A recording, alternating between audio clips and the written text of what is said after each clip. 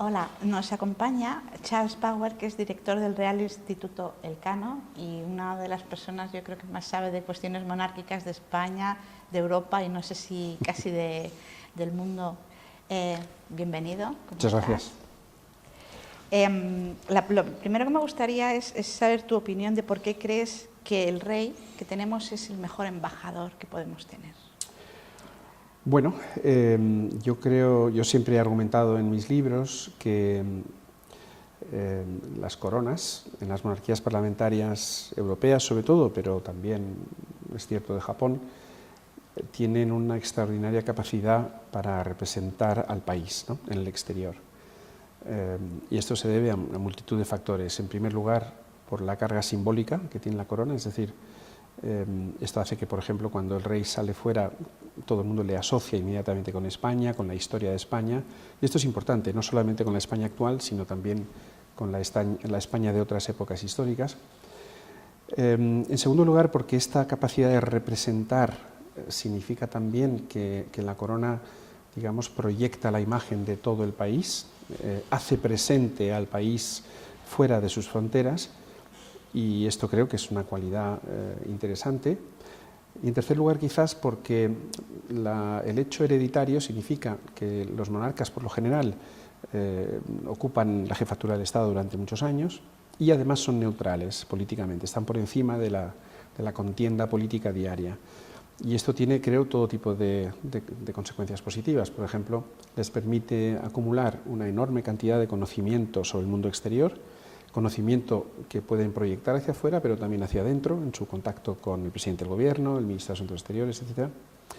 Y también el hecho de que, por estar por encima de la contienda política diaria, pues no tienen que pensar en el próximo ciclo electoral, sino que se pueden permitir el lujo, y prácticamente no hay nadie que se lo pueda permitir, se pueden permitir el lujo de pensar pues, a 5, 10, 15 años vista, ¿no? Con lo cual pueden pensar estratégicamente, algo que creo que todos estaremos de acuerdo en que es algo bastante interesante. Sí, y que es algo en lo que los partidos políticos no piensan demasiado, porque los ciclos electorales son muy cortos. Efectivamente, y en el contexto español actual parece que se acortan cada vez más, ¿no? Entonces, el hecho de tener una figura no partidista, no ya partidista, sino no partidista, que está totalmente al margen de la contienda política, pues yo creo que, aparte de aportar estabilidad y continuidad en la cúpula del Estado, aporta también esta visión estratégica del país. ¿Crees que esto es entonces lo que estás diciendo, lo más importante de la figura de nuestro rey para España? Bueno, yo creo que hay tres facetas, ¿no?, en el papel del rey de España, tanto don Juan Carlos como don Felipe. Primero, su papel como árbitro y moderador, que es un papel no siempre fácil de comprender, en parte porque para ser eficaz tiene que ser discreto. Explica un poco más por qué lo llamas árbitro y moderador. Sí, la Constitución le define como árbitro y moderador que garantiza el regular funcionamiento de las instituciones, ¿no? Entonces, la idea es que el rey, digamos, vela por la Constitución, vela por el buen funcionamiento de la Constitución a muchos niveles, ¿no? Esto puede plasmarse, por ejemplo, en la relación entre los partidos, ¿no? El rey a veces puede actuar, digamos, de lubricante a la hora de facilitar el entendimiento entre los partidos, y esto puede ser especialmente importante a la hora de formar gobierno cuando el resultado electoral no ha sido nítido. También en relación con otras instituciones, es decir, que el rey, como dice la Constitución, vela por el cumplimiento de la misma y también por, digamos, engrasar las distintas piezas que conforman el sistema constitucional, ¿no? El problema, como decía, es que no podemos documentar esto fácilmente, porque para ser eficaz tiene que ser discreto. Los políticos, salvo los muy indiscretos, y algún ejemplo reciente hemos tenido, normalmente no se refieren en público y por escrito a sus conversaciones con el monarca, porque eso pone en peligro también precisamente la neutralidad del rey, y el monarca, por su parte, lógicamente tampoco tiene ni el interés ni la obligación de dar a conocer esta faceta. Pero este primer papel de árbitro y moderador creo que es muy importante. En segundo lugar, aunque esto es verdad que está muy cuestionado en España en la actualidad debido a la crisis catalana, en algunas monarquías europeas, sobre todo la británica, la belga y la española, el rey, yo creo que contribuye a la cohesión de lo que es de hecho un Estado compuesto, ¿no? En nuestro caso formado por 17 comunidades autónomas, en el caso del Reino Unido por 4 territorios y 4 naciones, y en el caso de los belgas, pues por 3 comunidades lingüísticas, la francófona, la que habla holandés y también la minoría alemana, ¿no?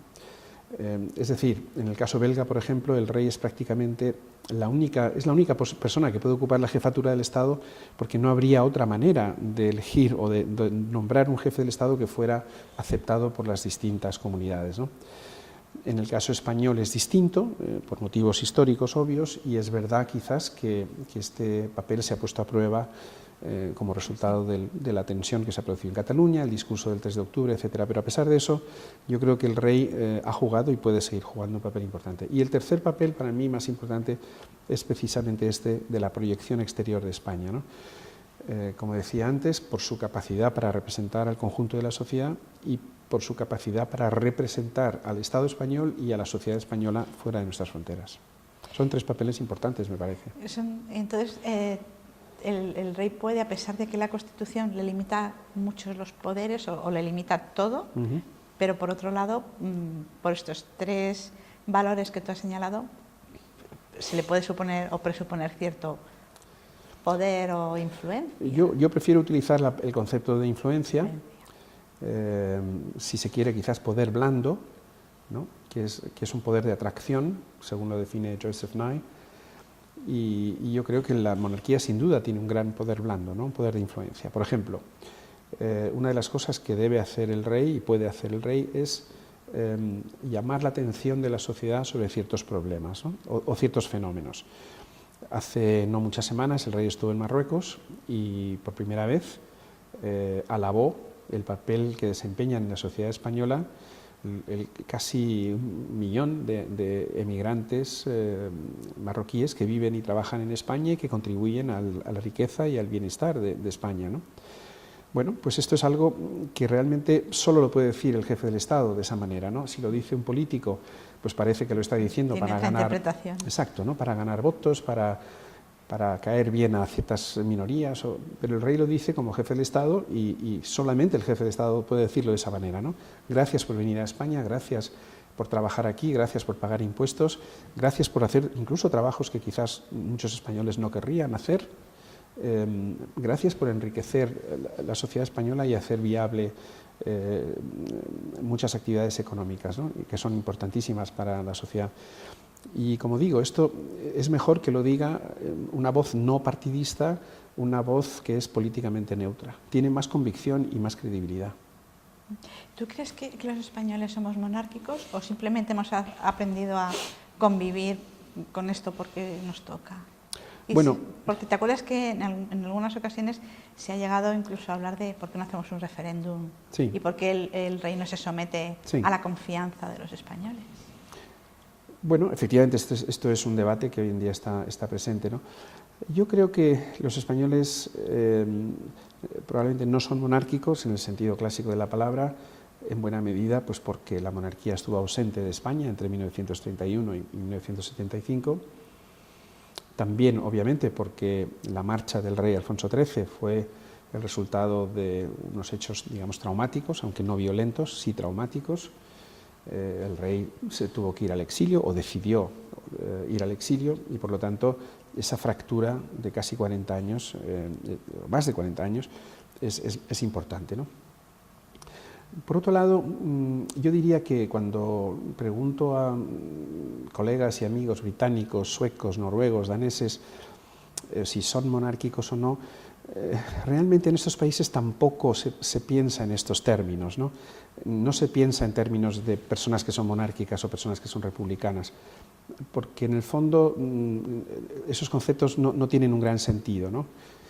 Creo que hay que contextualizarlo. Y en el caso español, bueno, como es sabido, durante muchos años la legitimidad de la monarquía estaba muy vinculada al papel de don Juan Carlos en la transición. Es verdad que nunca se sometió la monarquía a un referéndum monográfico, como sí ha ocurrido en Italia o en Grecia, por ejemplo, y en otros países. Pero, bueno, por un lado se puede argumentar que la monarquía de don Juan Carlos se legitimó indirectamente en 2 referéndums, en 2 consultas, la de la Ley para la Reforma del 76 y la de la Constitución 78, Y por otro lado, yo no creo en los referéndums como maneras de resolver o de arrojar luz sobre estas cuestiones, ¿no? Primero, porque un referéndum sobre esta cuestión dividiría a la sociedad española y fuese cual fuese el resultado, haría explícitas tensiones que creo que no hace falta hacer explícitas, al igual que un referéndum sobre la independencia de alguna región de España o el referéndum de Brexit. Creo que lo que demuestran estos referéndums es que someter asuntos complejos a preguntas muy sencillas, a respuestas muy sencillas, muy binarias, es un mal negocio. ¿Cómo se administra además el resultado de los referéndums, ¿no? ¿Cuál sería la mayoría aceptable para que ese resultado tuviese validez? ¿Qué nivel de participación habría que fijar? Etcétera, etcétera, ¿no? Por otro lado, hay una cuestión que a mí me sorprende mucho, ¿no? Y es que las personas que se proclaman republicanas, yo creo que en buena medida realmente lo que están haciendo es manifestando su adhesión a la República de 1931, lo cual en sí mismo me parece bastante sorprendente, dado el desarrollo que tuvo la Segunda República. Y en segundo lugar, muy pocos se molestan en explicar qué tipo de república querrían. Claro. Y básicamente hay dos fórmulas posibles, una república presidencialista como la francesa o una república parlamentaria pues como la alemana, por ejemplo, ¿no? Y luego, más allá de esto, la idea de que cambiando el método de elección de la jefatura del Estado desaparecerían automáticamente los grandes problemas de España. Los mismos exactamente. Exactamente, ¿no? Igual. El coste de la institución sería el mismo, que por otro lado es muy escaso, 8 o 9 millones de euros al año. No resolvería ningún gran problema económico, social ni político.